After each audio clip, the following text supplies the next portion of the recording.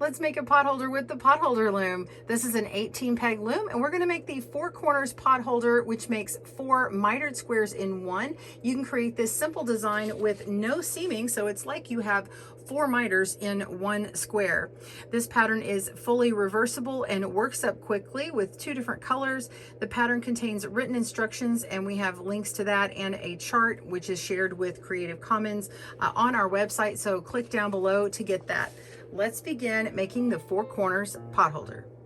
Welcome to GoodKnitKisses. We're all about helping you stitch your love and love your stitches. This pattern has written instructions and links to right and left-handed video tutorials for your convenience, as well as a link to the chart right here that we refer to in this pattern, and we will have those links down below in our video description to the blog. And also, if you would like to get an ad-free PDF, you can get that as well. We'll have links in there. If you do want a seaming video, we do have links to that as well, but in order to get this 4-in-1 look, you don't actually have to seam a thing, and you will get a nice 5.5 inch by 5.5 inch square for this particular potholder. So the materials that you need are going to be found on our website. I will jump right into the pattern, but I do want to say that we are working with 2 colors again, but instead of it split evenly like in the rest of our series, it's an uneven split. They're both even numbers. So we need 20 of this pink color, or whatever you want to use for color A, and then color B is going to use 16. So we'll get to how that's set up here in a minute. So make sure you have 20 of color A and 16 of color B, and then whatever tools you want for weaving. I use my fingers most of the time, and in the end I end up using my hook or weaving tool. And then you need a crochet hook for binding off. All right, let's dive into this pattern. All right, we're going to begin with our warp, which is that vertical part here. We're going to be working across 18 of these pegs here.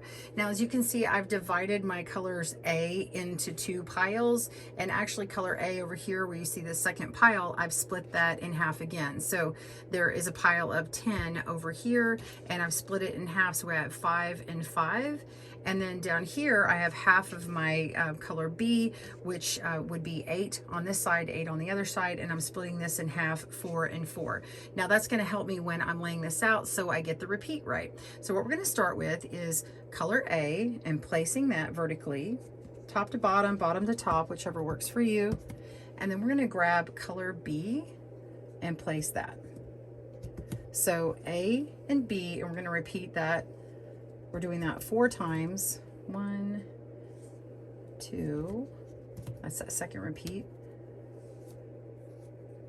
3, oops, and 4. Here we go. And then now we're going to grab the A and place that, and instead of repeating again with the B, we're going to grab another color A and place that. This is right in the middle, so it's going to be reversed. Now our repeat begins, and we're going to start with B and then A. Okay, that's 1, and then B, and then A. That's 2, B, A, it's 3, and B, A, that's 4. So you can see if I worked from this direction to the middle or this other direction to the middle, it's exactly the same. You have 2 of color A in the middle. Now we're going to begin on our weave. Okay, we've done our warp, which is that up and down part, and we want to do the weave now, left and right. It's going to be the same design, so it's going to go out just like this. We're going to start with A. So what I've done is I've gone ahead and separated these out just as I did before. I have 10 loops left of color A, and I've separated them into 2 groups of 5. And then I have 8 left of color B, and I've separated them into 2 groups of 4. So I'm ready to begin row 1, and we're going to start with A. Pick that up, and we're going to go under 1, over 1 3 times. So under 1, and then go ahead and place that on that first loop, making sure to go completely under both loops, or both sides of each loop, or under each.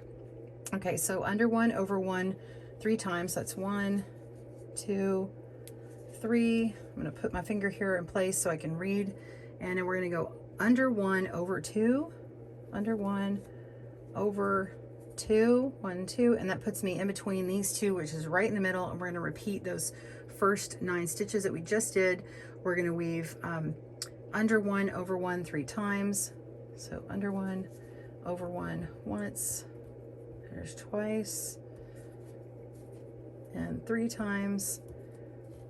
Mark that, and under 1 and over 2, and then place. So that's row 1.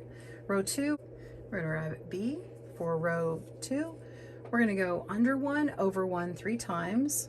So over 1, under 1 once, over under second time, over under the third time. I'm going to place that, and we're going to go over 2, under 1.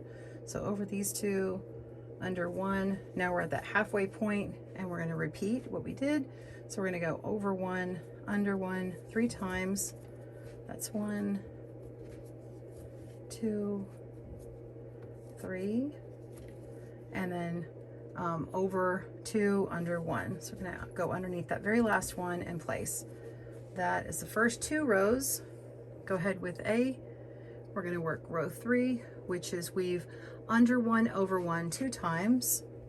Under 1 over 1, under 1 over 1. Mark that. We're going to weave under 1 over 2, under 1 over 2, and then under 1, and then over 1. So then mark that, and we're at that midpoint, and so we're going to do what we did before. We're going to weave under 1 over 1 twice. So it's under, over, and then we're going to weave under 1 over 2, under 1 over 2, under 1, and over 1. Okay, be sure and look at your written copy or the chart if you're having difficulty. I'm going to push these up, and we're going to grab B, row 4, weave over 1, under 1 2 times. So over, under once, over, under the second time, and we're going to go weave over 2, under 1, over 2, under 1, and over 1, and under 1, and that puts us at the middle. We're going to repeat that. We're going to go over 1, under 1 2 times. Okay, and then we're going to go over 2, under 1, over 1, under 1. If you get lost and you know you did the first half right, just look over here and repeat what you just did over on this side. Okay, row 4 with A, we're going to weave under 1 over 1,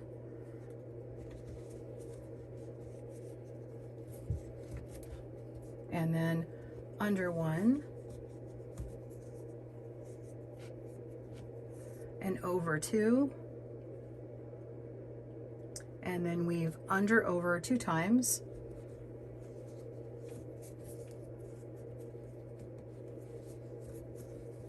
and then we're going to repeat that again.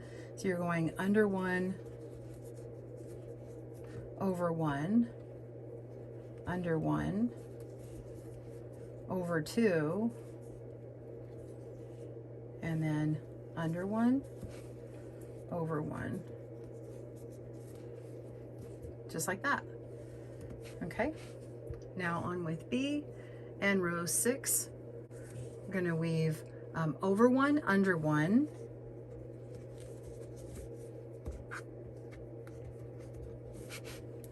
and it should be over 2, and then under 1, and weave over 1, under 1 twice, over 1, under, over 1, under, and then we're going to repeat. So if you don't want to look at the pattern, you can look over here. So you're going over 1, under 1, over 2, under one, and then under, over. There we go, until we get to the end. So it was over, under, under. Okay, just a few left in this part of the repeat. So we're row 7. We're going to, with A, weave under 1, over 2. Over 2. Under 1, over 1 3 times. That's 1 repeat, 2 repeat, 3 repeat. At the end of the repeat, it's an over, so I'm going to put my finger here. You can see we're at the midpoint, and then repeat what you just did. So we're going to go under that first one, over 2, and then under, over till the end. Under, over, all the way till the end. All right. All right, now with B, we're going to do row 8, and we're going to weave over 2, under 1, over 2, under 1. Oh, you know, I gotta move these 1 second. I've noticed that I was off a little bit, so we're gonna just pick this up and move it.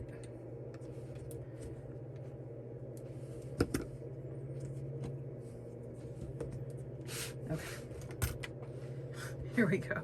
All right, weave over 2, under 1, and that was the very beginning. So if you're listening to me audio, I'm just beginning row 8 again. Okay, over 2, under 1.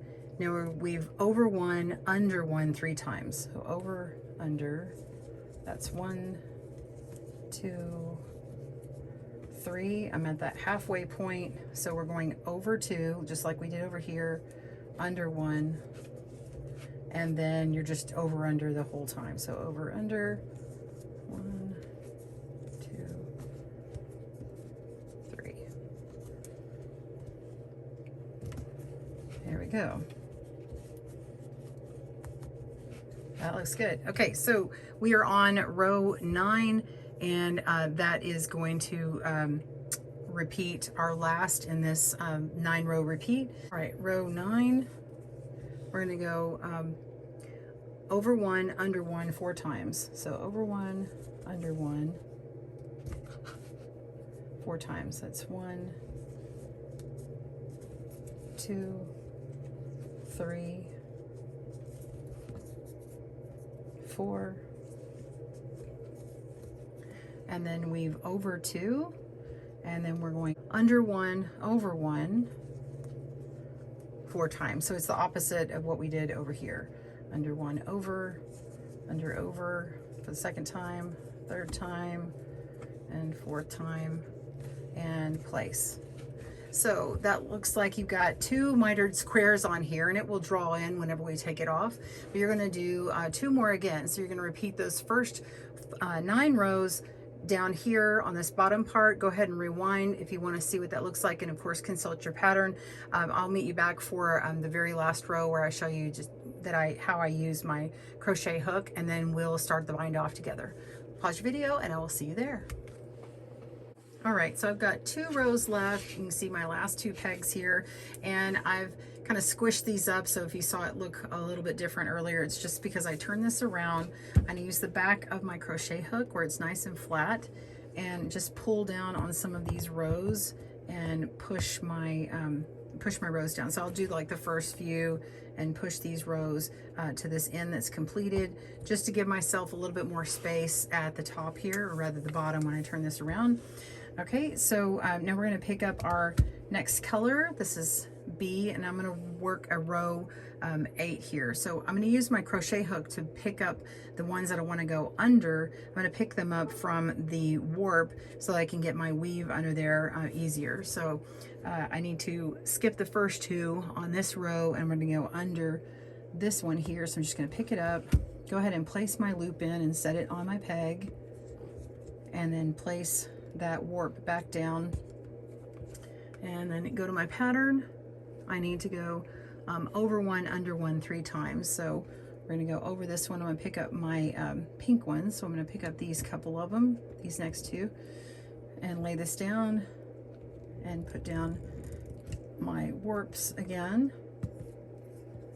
And need to do one more. And lay that down. And now we're ready to begin my repeat.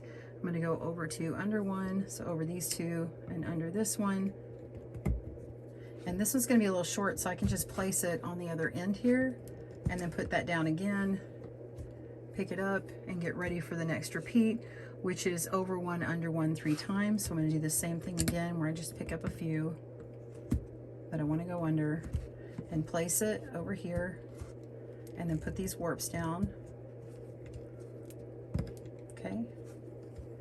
Pick my weave back up, and then I have one more warp that I need to go under, so I'm gonna pick it up and then place both of them in the right order, and there I go. So that's how I did that second to last row, and so you can keep working on it, and whatever point that you are at, you could do it further up here if you need to. I'm gonna work my last row and I'll join you back for the bind off. All right, there we have it. Our 4 corners, looks like 4 mitered corners, and I'm ready to bind off. So I'm gonna go up in this upper corner here, and I'm gonna work across this row here. I like to go one past it on this corner, and I'll show you how to finish it up, but we're just basically going 1 to 1. You just pick up your first peg, then you go to the next peg and lift up and over, and then go to the next peg in order, lift up and over, and so on. So just keep picking them up one by one and crocheting them off or slipping them through. And then when you have a couple of stitches left, I'll meet you right over here and I'll show you what to do next. Pause your video and I will see you there. All right, we're on our last couple of stitches. Let's go ahead and crochet those off.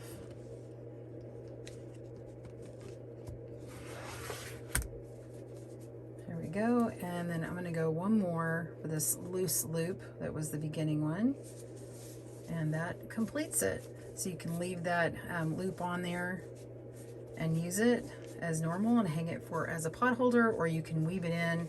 I like to pull it in through the back, and I've done this a few times on video, but you can see those or do it like I'm doing here, and I just basically weave it in to the back here and use it by itself as a pot holder, or weave it together for a big blanket or a bag or whatever you like. Well, I hope you've enjoyed this tutorial at GoodKnitKisses here today. I think it's so fun. I love that it's reversible, and it just mimics a fun knitting style that a lot of people really enjoy. Have fun with it. I'd love to know what you make with yours. Please click down in the comments below and let me know. We'll see you soon here at GoodKnitKisses. Bye everyone. Thanks for joining us today, where we help you stitch your love and love your stitches. See you again soon.